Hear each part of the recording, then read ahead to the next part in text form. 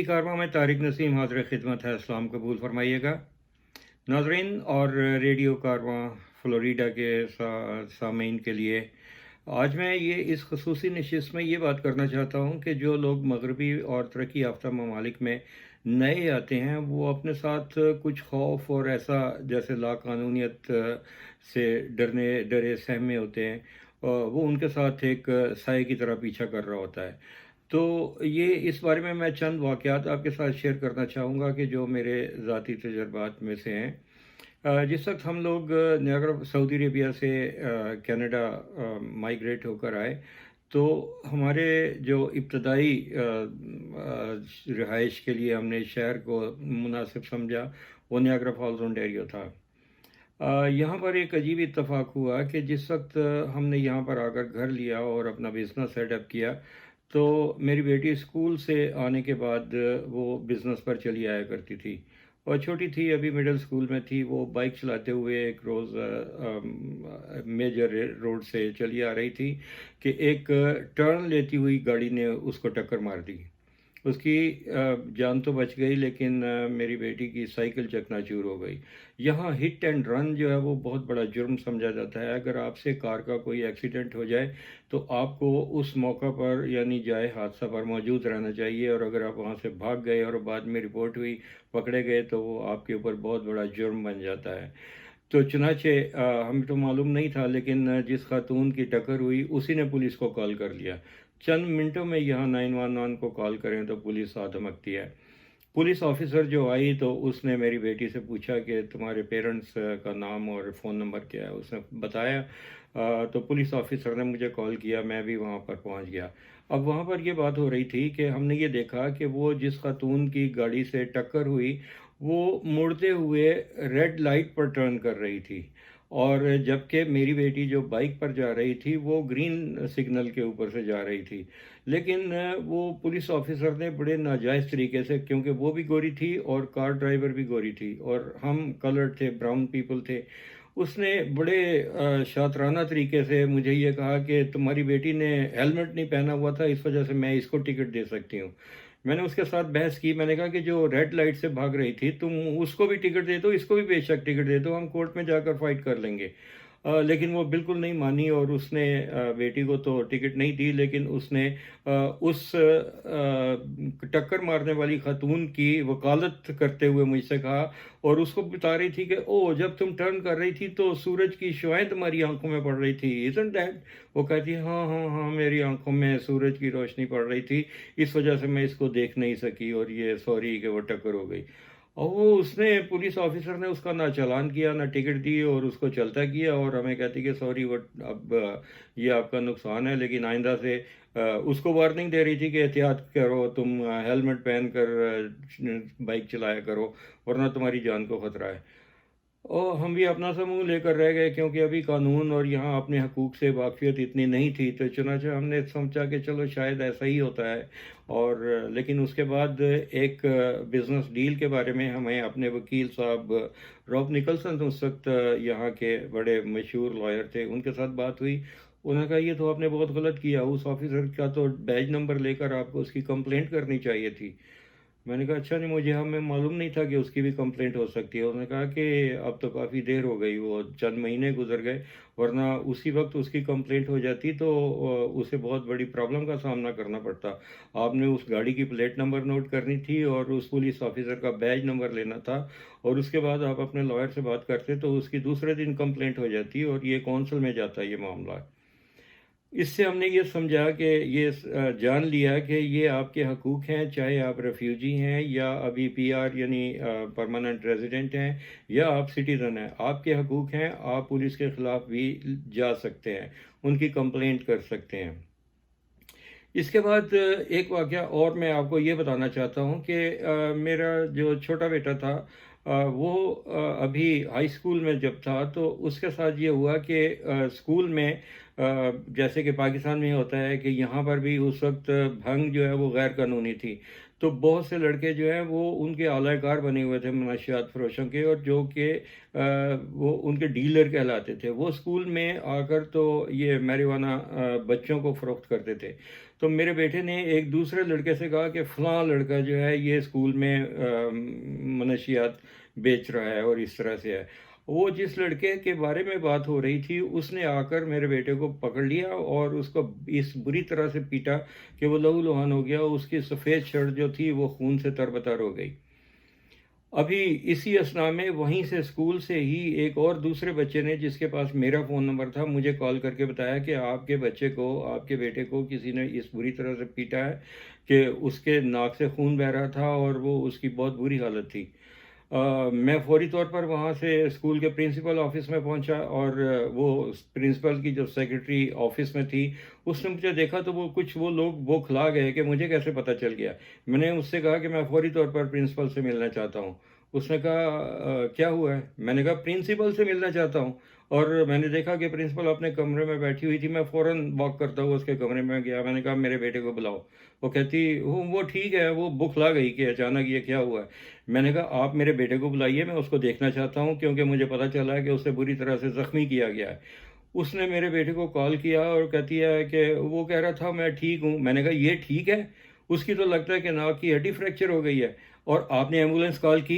کہتی نہیں، وہ کہہ رہا تھا کہ میں ٹھیک ہے۔ میں کہا کہ کیونکہ آپ اس کو امپاور کر رہی تھیں کہ وہ یہ کہہ دے کہ میں ٹھیک ہوں۔ آپ کا خوف اس کے اوپر سوار ہو گیا تھا، مسلط ہو گیا تھا۔ ایک تو اسے وہاں آپ کے اسکول کے اندر منشیات بک رہی تھیں، اور اس نے کسی سے ذکر کیا، انہوں لڑکوں نے آ کر اس کو پیٹا، اور آپ نے پولیس کو کال کیا؟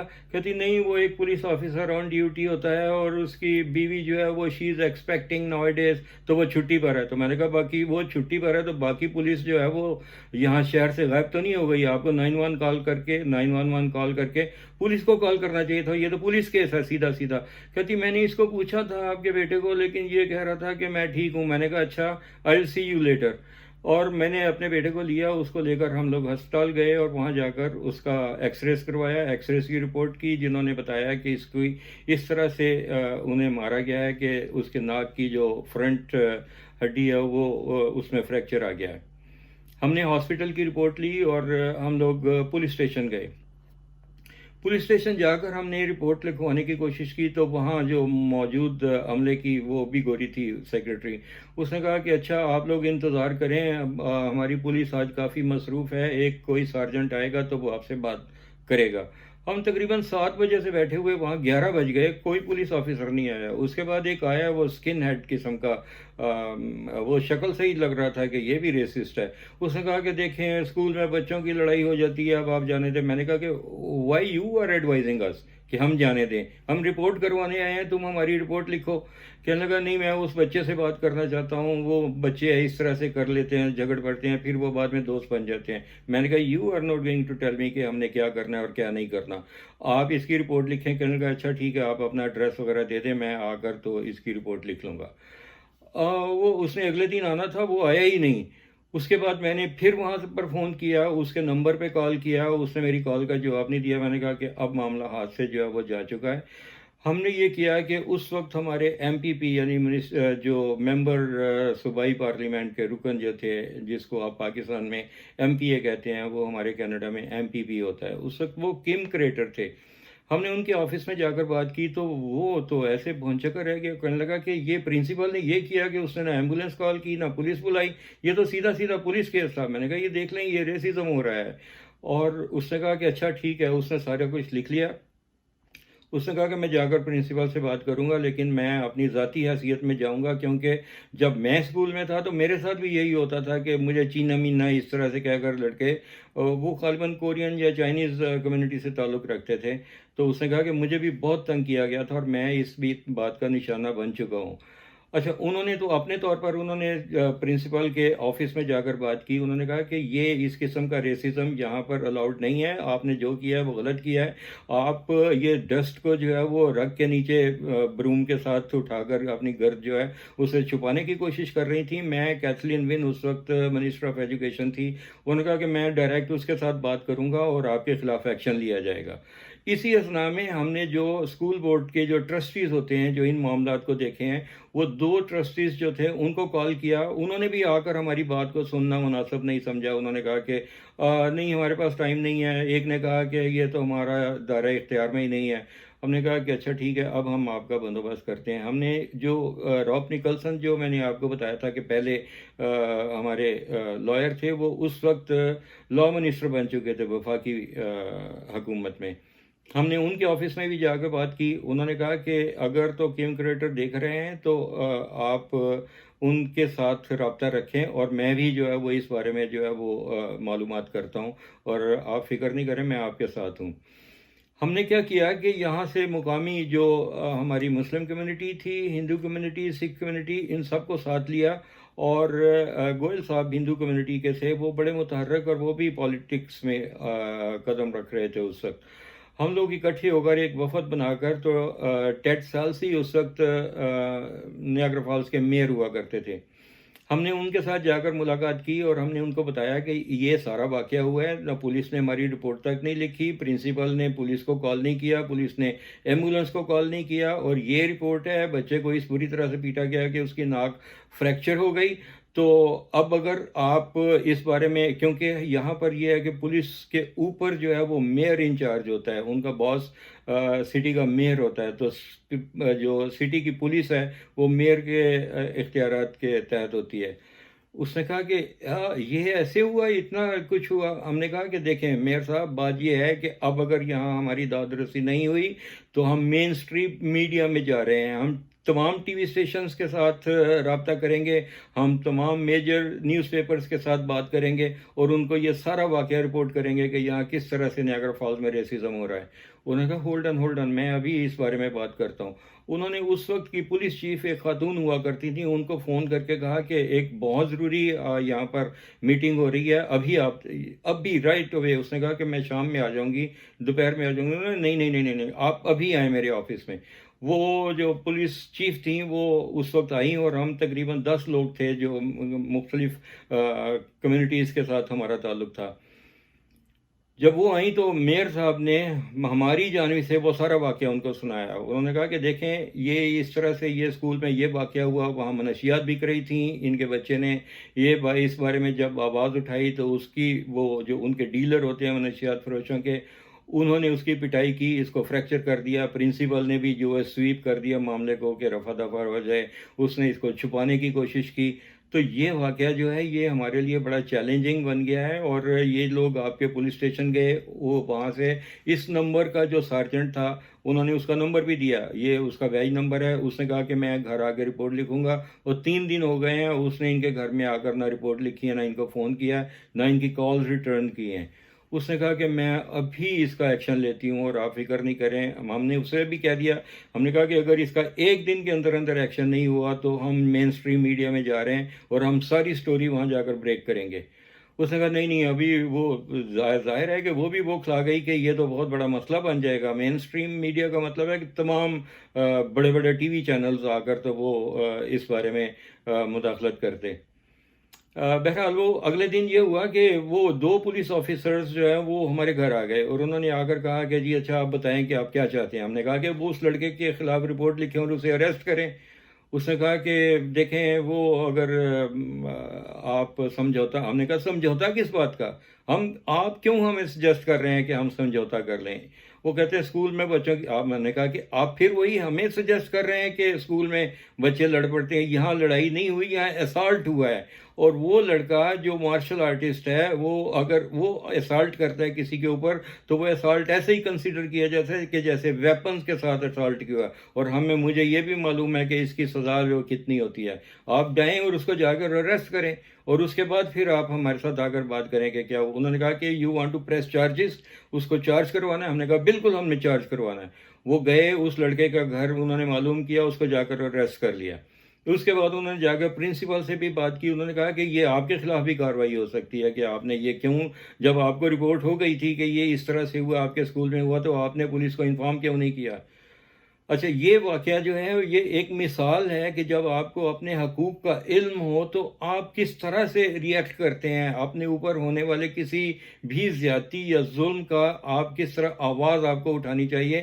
یہ بات میں اپنے اوورسیز پاکستانیز کو سمجھانے کی کوشش کر رہا ہوں کہ آپ کو ایک کسی معاملے میں جو ہے وہ دب کر یا ڈر کر نہیں رہنا، آپ اپنی آواز حکام بالا تک پہنچائیں اور ڈٹ کر مقابلہ کریں، کسی لائر کی آپ ہیلپ لے لیں۔ اور جس طرح سے ہم نے کیا کہ ہم نے اس کو اجتماعی شعور کو بیدار کرنے کے لیے ہم نے ہر دروازے پر دستک دی۔